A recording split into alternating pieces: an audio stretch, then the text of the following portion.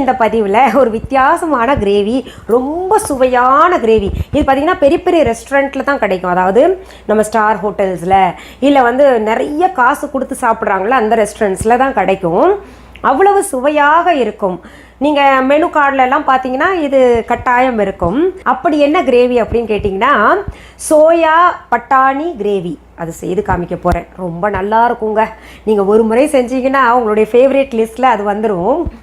இது வந்து நம்ம சாதத்து கூட ஏதாவது வெரைட்டி ரைஸ் கூட, அதாவது இந்த கீ ரைஸ் இல்லை புல்லாவ்ஸ், ஏதாவது வெரைட்டியான புல்லாவ்ஸ் இல்லை பிரியாணி, சட்டிலாக இருக்கக்கூடிய பிரியாணி நிறையா இருக்குது, அது கூட எல்லாம் இது தொட்டுக்கிட்டு சாப்பிட்லாம். அப்படி இல்லைன்னா சப்பாத்தி, நான், பட்டர் நான், ஃபுல்கா ரோட்டி, பூரி, இதுக்கெல்லாம் ரொம்ப ரொம்ப டேஸ்ட்டாக இருக்கும். எங்கள் வீட்டில் பார்த்தீங்கன்னா இது ரொம்ப ஃபேவரட், எல்லாரும் விரும்பி சாப்பிடுவாங்க. இந்த கிரேவியை நான் செஞ்சு இப்படி வைக்கிறதுக்குள்ளே பார்த்தீங்கன்னா காணாமல் போயிடும், அவ்வளவு பிடிக்கும் எல்லாருக்கும். இது பெரிய ரெஸ்டாரண்ட்டில் சோயா பட்டாணி கிரேவி அப்படின்ற பேரில் இருக்காது, சோயா பீஸ் பேஷாவரி அப்படின்ற பேரில் இருக்கும். இது பார்த்தீங்கன்னா வடநாட்டு பக்கம் நிறைய சமைப்பாங்க. இது முகலாய மன்னர்கள் எல்லாம் ரொம்ப விரும்பி சாப்பிடுவாங்க. பொதுவாகவே அவங்க ரொம்ப ஆரோக்கியமான உணவுகள்லாம் சாப்பிட்ருக்காங்க இல்லையா, அந்த முந்திரி பருப்பெல்லாம் போட்டு சமைக்கிறது அவங்களுக்கு ரொம்ப பிடிக்கும். அதனுடைய வரலாறு அப்படி இருக்குது. பொதுவாகவே சோயா பார்த்தீங்கன்னா ரொம்ப நல்லது, எல்லாருக்குமே ரொம்ப நல்லது. அதாவது வளர்கின்ற பிள்ளைகளுக்கு, இந்த ப்ரெக்னென்ட் லேடிஸ்க்கு எல்லாத்துக்கும் ரொம்ப நல்லது. இப்போ நிறைய பேர் ஹெல்தி ஃபுட் என்னன்னு சொல்லுங்கள் அப்படின்னு கேட்டுக்கிட்டு இருக்கீங்களா, குழந்தைங்களுக்கு, பெரியவங்களுக்கு, இல்லை ப்ரெக்னென்ட் லேடிஸ்க்கெல்லாம். இது பார்த்திங்கன்னா இந்த சோயாலாம் அடிக்கடி சேர்த்துக்கோங்க நம்ம உணவில். சோயா பால் குடிக்கலாம்.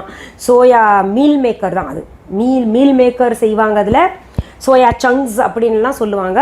அதை வச்சு தான் நம்ம இன்றைக்கி கிரேவி செய்ய போகிறோம். பட்டாணி ரொம்ப ரொம்ப உடம்புக்கு நல்லது. இதில் இப்போ பட்டாணி, நான் பச்சை பட்டாணி நான் எப்போவுமே ஸ்டோர் பண்ணி ஃப்ரீசரில் வைப்பேன், அதை பயன்படுத்தியிருக்கேன். அப்படி இல்லாதவங்க பச்சை பட்டாணி, காஞ்ச பட்டாணி இருக்கு இல்லையா, அதை வாங்கிட்டு நீங்கள் முதல் நாள் இரவே ஊற வச்சுருங்க. சரி, எங்களுக்கு பச்சை பட்டாணியும் இல்லை, காஞ்ச பட்டாணியும் இல்லை, இப்போ இருக்கிற சூழ்நிலைக்கு நாங்கள் வெளியிலையும் போக முடியாது, என்ன தான் பண்ணலாம் அப்படின்னு கேட்டிங்கன்னா, இந்த மீல் மேக்கர் இருந்தாலே, இந்த சோயா சங்க்ஸ் மீல் மேக்கர்லாம் சர்வசாதாரணமாக இப்போது ஸ்டோர்ஸ் திறந்து வச்சுருக்காங்க. ஒரு சில ஸ்டோர்ஸ் அங்கே கிடைக்கும், தாராளமாக கிடைக்கும். அதை வாங்கி நீங்கள் செய்யுங்க. இது கூட வேறு ஏதாவது காம்பினேஷன் இருந்தால் நல்லா இருக்குமா அப்படின்னு கேட்டிங்கன்னா, இது கூட பன்னீர் மட்டும்தான் சேர்க்கலாம், அப்போ தான் காம்பினேஷன் நல்லாயிருக்கும். இல்லைன்னா நீங்கள் வெறும் மீல் மேக்கரில் செஞ்சுருக்கோங்க. சரி, இன்றைக்கி சோயா பீஸ் கிரேவிக்கு தேவையான பொருள்கள் என்னென்னு பார்த்துடலாமா? இன்றைக்கி நம்ம செய்யக்கூடிய சோயா மட்டர் பசந்தா, அதற்கு முதன்மையான பொருள் என்ன தேவைன்னா இந்த மீல் மேக்கர். இதை வந்து சோயா சங்க்ஸ்னு சொல்லுவாங்க. மீல் மேக்கர் சோயாவிலிருந்து செய்யப்பட்டது. அது வந்து ஒரு 150 கிராம் எடுத்துக்கோங்க. 2 பெரிய வெங்காயம் ஸ்லைஸாக நறுக்கி வச்சுருக்கேன். இதை நம்ம அரைக்கத்தான் போகிறோம், அதனால் ரொம்ப அழகாக தான் நறுக்கணுன்றது அவசியம் கிடையாது. அடுத்தது பச்சை பட்டாணி. இது தலைப்பு பார்த்தீங்கன்னா உங்களுக்கு ரெஸ்டாரண்ட் கிரேவி. இது சோயா மட்டர்னா பட்டாணி, அதனால் நமக்கு பட்டாணி சேர்க்கணும். இதில் ஒரு 3/4 கப் எடுத்துக்கோங்க. தயிர் 3/4 கப் எடுத்துக்கோங்க. பூண்டு பற்கள் 5, இஞ்சி துண்டு சிறிய அளவு, உடைந்த முந்திரி பருப்பு இல்லை முழுசாக இருந்தால் அதையும் பயன்படுத்திக்கோங்க. அது 2 டேபிள் ஸ்பூன் போல் எடுத்துக்கோங்க. கரம் மசாலா 1/2 டீஸ்பூன், மிளகாய்த்தூள் 2 டீஸ்பூன், சீரகம் 1 டீஸ்பூன், சர்க்கரை ஒரு பிஞ்சும்பாங்க இல்லையா, சும்மா இப்படி பிடிக்க சொல்லுவாங்க, இந்த மாதிரி ஒரு சும்மா 2 பிஞ்ச் எடுத்துக்கோங்க. எண்ணெய் தேவையான அளவு, இஞ்சி பூண்டு பேஸ்ட் 1 டீஸ்பூன். நீங்கள் பூண்டு இஞ்சியும் சொல்லிவிட்டு பேஸ்ட்டும் சொல்கிறீங்களே அப்படின்னா தேவைப்படும், நமக்கு பேஸ்ட் தனியாக தேவைப்படும், இஞ்சி பூண்டும் தனியாக தேவைப்படும் நமக்கு. ஃப்ரெஷ் க்ரீம் தேவையான அளவு, சும்மா ஒரு 2-3 டீஸ்பூன். மஞ்சள் தூள் தேவையான அளவு, உப்பு தேவையான அளவு. நம்ம முதல்ல பச்சை பட்டாணியை ஒரு கடாயில் வேக போட்டுடலாம். நான் இந்த பக்கம் அடுப்பில் வந்து தண்ணி வச்சுருக்கேன். இந்த சுடுதண்ணி இருக்கு இல்லையா, ஓரளவுக்கு தண்ணி நல்லா கொதிக்கிற நிலமையில் வரும்பொழுது இந்த சோயா சங்க்ஸ் அதில் போட்டுடலாம். நல்லா மூழ்கிற மாதிரி அமுக்கி விட்டுடலாம். அப்போ தான் அது இலகி கொடுக்கும், சாப்பிட்றக்கு அப்போ தான் நல்லாயிருக்கும். இதில் நிறைய ப்ரோட்டீன் இருக்குது, அதனால் நம்ம வந்து குழந்தைங்களுக்கு அப்பப்போ ஏதாவது சோயாவில் வித்தியாசமாக மாற்றி செஞ்சு கொடுத்தா நல்லாயிருக்கும். அதுக்கு நடுவில் நம்ம என்ன பண்ணலான்னா, ஒரு கடாயை எடுத்துக்கிட்டு இந்த பெரிய வெங்காயம் அரிஞ்சு வச்சுருக்கோம் இல்லையா, அதை போட்டுக்கோங்க. இந்த கேஷ்யூ நட் 5 பற்கள் பூண்டு, இஞ்சி கொஞ்சம், இதையும் போட்டு கொஞ்சம் தண்ணி ஊற்றி வேக விடணும். இந்த முந்திரி எல்லாம் நல்லா இலகி கொடுக்கணும், அது வரைக்கும் வேகட்டும். அதை நம்ம மூடி வச்சிடலாம் கலந்து. இப்போது பட்டாணி நல்லா வெந்துருச்சு, அதை நான் வடிகட்டுறேன். அந்த தண்ணி வந்து நம்ம வேணுன்னா பயன்படுத்திக்கலாம், அப்படி இல்லை நீங்கள் சப்பாத்தி ஏதாவது செஞ்சிங்கன்னா அந்த இதுக்கு பயன்படுத்திக்கோங்க. தண்ணி வீணாக்க வேண்டாம், ஏன்னா நல்ல சத்துலாம் போயிடும் அதில். இப்போது இந்த சோயாவை வந்து நம்ம தண்ணியில் போட்டோம் இல்லையா, அது பாருங்கள் இப்படி புழிஞ்சு எடுத்துக்கணும். நல்லா தண்ணி வருது பாருங்கள். இந்த தண்ணி நமக்கு தேவையில்லை, நல்லா இருக்காது அப்படியே சாப்பிட்டா. இங்கே பாருங்கள், நம்ம அடுப்பில் இஞ்சி பூண்டு முந்திரி பருப்பு வெங்காயம் எல்லாம், இந்த வெங்காயம் பாருங்க நிறம் மாறிடுச்சு, நல்லா இலகி கொடுத்துருக்கு. இப்போ என்ன பண்ணும், இந்த தண்ணி தேவையான அளவு மிக்சி ஜார்ல போட்டு இதை நல்லா பேஸ்ட் பண்ணிக்கணும். மீத தண்ணி வேணா வச்சுக்கோங்க. நம்ம கிரேவிக்கு சேர்க்கக்கூடிய ஒரு சூழ்நிலை இருந்துச்சுன்னா அப்போ வந்து நம்ம சேர்த்துக்கலாம். இப்போ பாருங்க, சோயாவை நம்ம நல்லா தண்ணி புழிஞ்சு எடுத்ததுல நல்லா பக்குவமா இருக்கு. இப்போ நம்ம மிக்சியில அந்த பேஸ்ட் அரைச்சிருக்கோம், வெங்காயம் எல்லாம் வேக வச்சோம் இல்லையா, அது பேஸ்டா அரைச்சிருக்கேன் பாருங்க. நல்லா மை போல அரைச்சிடணும். அடுத்தது அடுப்புல ஒரு வாணலி வைங்க, அதுல தேவையான அளவு எண்ணெய் ஊத்திவிட்டு இப்போ நம்ம பேஸ்டா அரைச்சோம் இல்லையா, இத வதக்க போறோம். எண்ணெய் சூடாயிடுச்சு, இதுல நம்ம வந்து அரைச்சு வச்ச மசாலாவை சேர்த்துக்கலாம்.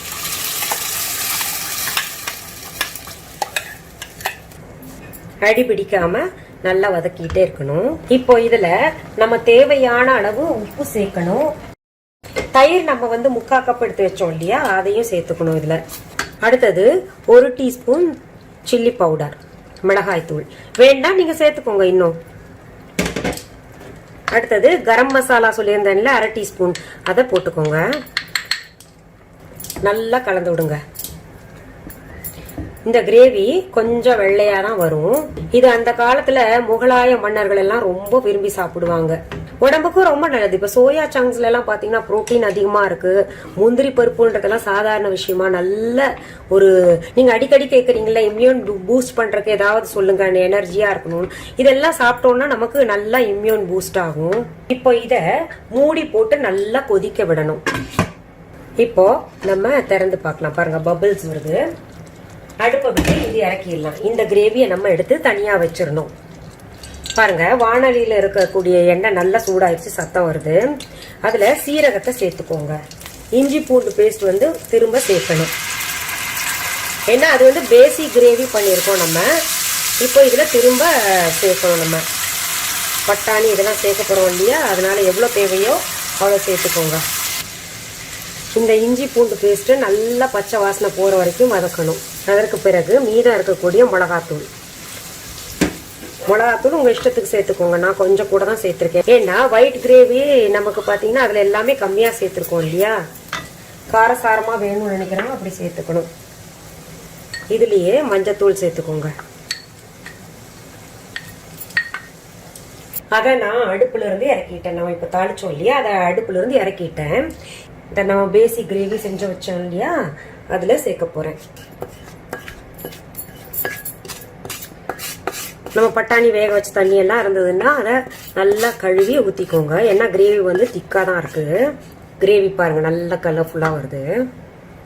பாருங்க, இந்த சோயா சங்க்ஸ் எல்லாம் நல்லா மூழ்கிற வரைக்கும் நமக்கு கிரேவி வேணும் இல்லையா, அதனால நான் அந்த மீதம் இருக்கிற இந்த பச்சை பட்டாணி தண்ணி, இந்த வெங்காயம் வேக வைக்கும் போது இருந்த தண்ணி எல்லாம் இதுல ஊத்திருக்கேன். இது திரும்பவும் கொதிக்க வைக்கணும். இப்போ நம்ம வேக வச்ச பட்டாணி அப்புறம் அந்த சோயா சங்க்ஸ் அதையும் சேர்த்துக்கலாம். மீல் மேக்கர் இருக்கு இல்லையா, அதையும் சேர்த்துக்கலாம். இதுல நமக்கு தண்ணி பத்தலைன்னா பால்ல கொஞ்சம் தண்ணியா பால் கரைச்சு அது வந்து போட்டுக்கலாம் இதுல. அப்படி இல்லைன்னா தண்ணியும் போட்டுக்கலாம், பிரச்சனை இல்லை. இப்போ எனக்கு இந்த கிரேவி வந்து பத்தாது போல தோணுச்சு. ஏன்னா இப்போ போக போக இது வந்து இழுத்துரும். இந்த மீல் மேக்கர்ஸ் எல்லாம் வந்து அந்த கிரேவியை இழுத்துக்கும். அதனால என்ன பண்ணேன் பாருங்க, தண்ணியா பால் ஒரு 1/2 மக் வந்து தண்ணி எடுத்துக்கிட்டேன். சும்மா ஒரு டேபிள் ஸ்பூன் போல பால் கலந்துக்கிட்டேன். அது இதுல போட்டுடலாம். இது வந்து காய்ச்சின பாலா காய்ச்சாத பாலா அப்படின்னு கேட்பீங்க, உங்களுடைய விருப்பம். நான் காய்ச்சின பால் தான் போட்டிருக்கேன். இப்ப பாருங்க, இந்த சோயா சங்க்ஸ் எல்லாம் நல்லா முதக்குது பாத்தீங்களா, இந்த மாதிரி இருக்கணும். இதுல ஒரே ஒரு பிஞ்ச் சர்க்கரை சேருங்க.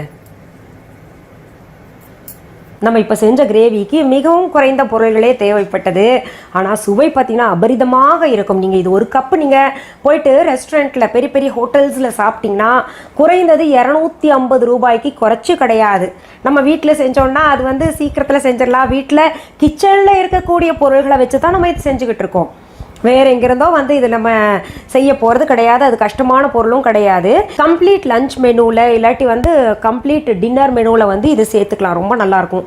இன்றைக்கி நான் என்ன சாப்பிட்றேன்னு உங்களுக்கு காமிக்கிறேன். இன்றைக்கி பார்த்தீங்கன்னா எங்கள் வீட்டில் டின்னருக்கு இதுதான் கொஞ்சம் ஹெவியாக இருக்குது. எப்படி நீங்கள் டின்னருக்கு சாப்பிடுவீங்க அப்படின்னு கேட்டிங்கன்னா, நாங்கள் டின்னர் வந்து சீக்கிரத்தில் சாப்பிட்ருவோம். நான் பலமுறை உங்களுக்கு சொல்லியிருக்கேன், 7 மணிக்குள்ளே சாப்பிட்ருவோம் இல்லையா. அதனால் வந்து இது சாப்பிட்டோன்னா நமக்கு தூங்குறதுக்குள்ளே நல்ல ஜீரணம் ஆயிரும். நான் கம்ப்ளீட் டின்னர் மெனு என்னன்னு நான் காமிக்கிறேன், அப்புறம் உங்களுக்கு இது சாப்பிட்டு டேஸ்ட் எப்படி இருக்குன்னு கூட சொல்கிறேன். இரவு டின்னர் சாப்பிட்றவங்க என்ன பண்ணலான்னா, சப்பாத்தி வச்சுருக்கேன் பாருங்கள், புதினா சட்னி, இந்த நம்ம செஞ்சோம் இல்லையா கிரேவி, இந்த சோயா பீஸ் கிரேவி செஞ்சுருக்கோம் இல்லையா அது, அப்புறம் வந்து இந்த சலாத், இப்படி சாப்பிட்லாம். இது ஹெல்த்தியாக இருக்கும், இது போதும் நமக்கு. நீங்கள் அடிக்கடி என்கிட்ட ஆரோக்கியமான உணவு ஆரோக்கியமான மெனு சொல்லுங்க அப்படின்னு சொல்கிறீங்கல்ல, இது மாதிரி சாப்பிட்டு வாங்க. நம்ம சாப்பிட்றது கொஞ்சம் இருந்தால் கூட நல்லா ஹெல்த்தியாக இருக்கணும். ஒரு சலாத் இருக்கணும், ஒரு சட்னி இருக்கணும், ஒரு கிரேவி இருக்கணும், இது சப்பாத்தி, அப்புறம் வேணா ஒரு ட்ரை சப்ஜி கூட செஞ்சுக்கலாம். சரி, நான் இப்போ உங்களுக்கு இந்த பிளேட்ல இருந்தது காமிச்சேன் இல்லையா, நம்ம செஞ்ச கிரேவியும் சாப்பிட்டு பார்க்குறேன்.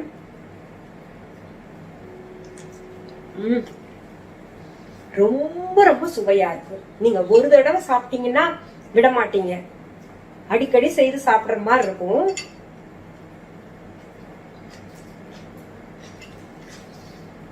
குழந்தைங்க எல்லாம் பார்த்துட்டு சொல்லுவீங்க, ஆண்டி நீங்க மட்டும் சாப்பிடுறீங்க எங்களுக்கு கொடுக்குறீங்களா அப்படின்னு.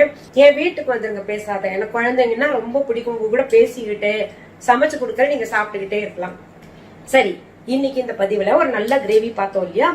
மீண்டும் அடுத்த பதிவுல வேற ஒரு நல்ல தலைப்போட உங்களை எல்லாம் சீக்கிரத்தில் சந்திக்கிறேன். அது வரைக்கும் நன்றி, வணக்கம். அன்பான வாடிக்கையாளர்களே, உங்கள் விஹா ஸ்டோரில் பூஜை பொருட்கள், சிலைகள், ராசிக்கற்கள், வாஸ்து பொருட்கள், விதைகள், பாரம்பரிய அரிசி வகைகள், சிறுதானியங்கள், ஆர்கானிக் பொருட்கள், மூலிகை எண்ணெய், மளிகை பொருட்கள், மரச்செக்கு எண்ணெய், மரப்பொருட்கள், வெள்ளி ஆபரணங்கள், கிஃப்ட் ஆர்டிகல்ஸ், காட்டன் மற்றும் பட்டு புடவைகள், காட்டன் சுடிதார்கள், பட்டு பாவாடை, குழந்தைகளுக்கான விளையாட்டு பொருட்கள், ஹை குவாலிட்டி இமிடேஷன் நகைகள், வீட்டு உபயோக பொருட்கள், ஜூட் பேக்ஸ், ஹேண்ட்மேட் சோப்ஸ், அழகு சாதன பொருட்கள், சிறுதானிய பிஸ்கெட்டுகள், ஹோம் அப்ளையன்சஸ், இன்னும் பற்பல பொருட்கள் விற்பனைக்குள்ளது.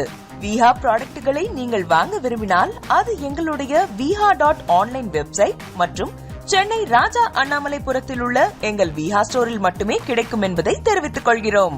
வேறு எந்த ஆன்லைன் வெப்சைட்களிலும் விஹா ப்ராடக்ட்கள் விற்பனைக்கு கிடையாது என்பதை நீங்கள் கவனத்தில் கொள்ள வேண்டும். எங்கள் விஹா ஸ்டோரின் விலாசத்தை கண்டறிய கூகுள் மேப்ஸில் விஹா ஸ்டோர் என்று டைப் செய்தால் வழியை கண்டறியலாம்.